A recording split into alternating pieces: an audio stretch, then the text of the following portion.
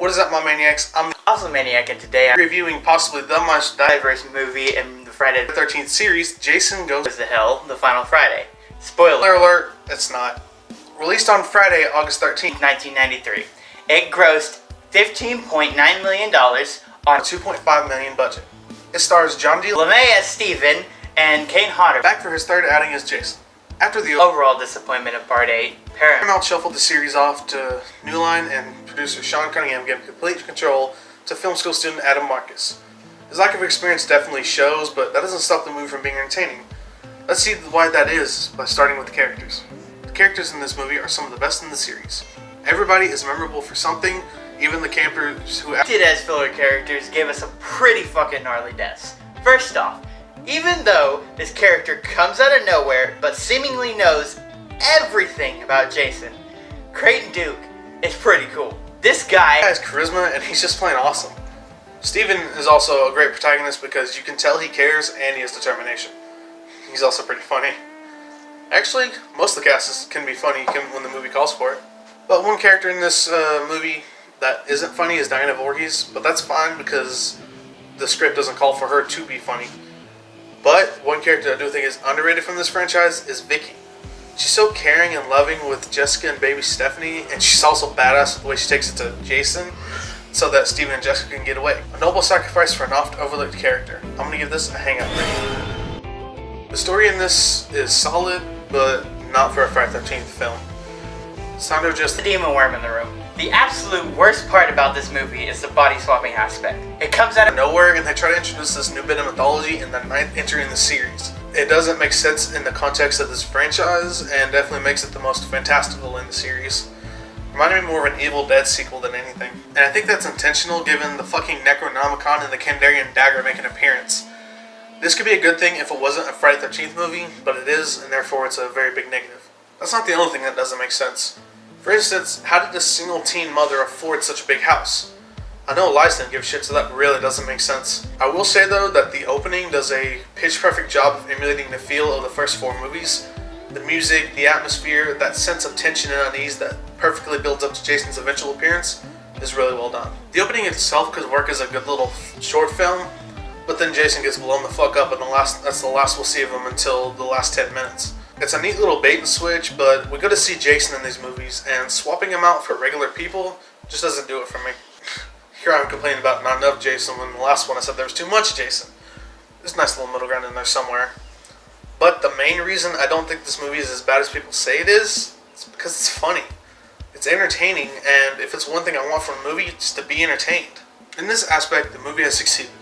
I think it's due to everybody turning in a great performance. That makes this not necessarily a good movie, but definitely memorable.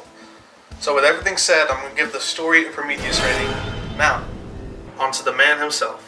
Starting this off by saying I don't like his design in this. That being said, at least it's only seen briefly in this movie. I don't know if it was their intent, but I always got that his face melted into his mask because the acid from the previous movie caused his body to become bloated and infected. Another thing I don't like about this is how much he grunted in the beginning. Much like his breathing in the last one threw me off, the grunting did the same thing here. I don't know what else to say about Kane's performance. It's the same great performance as before, but for his design, I'm going to give this a Stalker rating. Now, on to the kills. This movie has some pretty fucking gory deaths. Definitely the gore in the series so far. The kills are a definite highlight, especially the girl in the tent getting ripped in half from the torso up. That kill left an impression on me. It was one of the goriest I've ever seen. Then there's the girl getting her neck slammed in the car door. That's not necessarily gory, but goddamn if it isn't crispy crunchy. That's how it feels when you drink McDonald's Sprite. Then of course there's the scene where Josh's body is just melting away. When his jaw got stuck to the floor and he tried to get up, that was some Cronenberg level body horror going on there. Look, for the kills, I'm going to give this a Savini rating. They were so good. And of course, here are all the kills.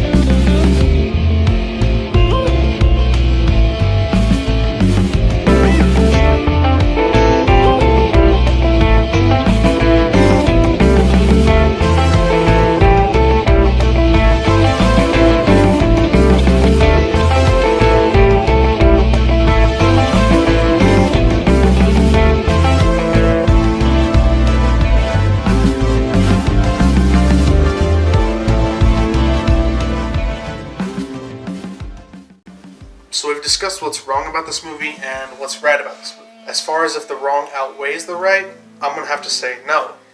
I like this movie. It's a good movie to put on if, say, I'm editing a video. It's a good background movie, and it's just downright entertaining to me. Yes, I do recognize the absolute fucking stupidity that is the body swapping aspect, but that's something I find I can tolerate because of the performances and the gory perfection that is the kills.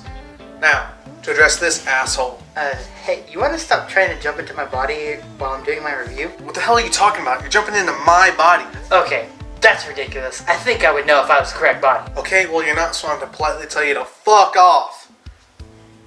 Anyways, I'm going to give this movie a pass the time rating.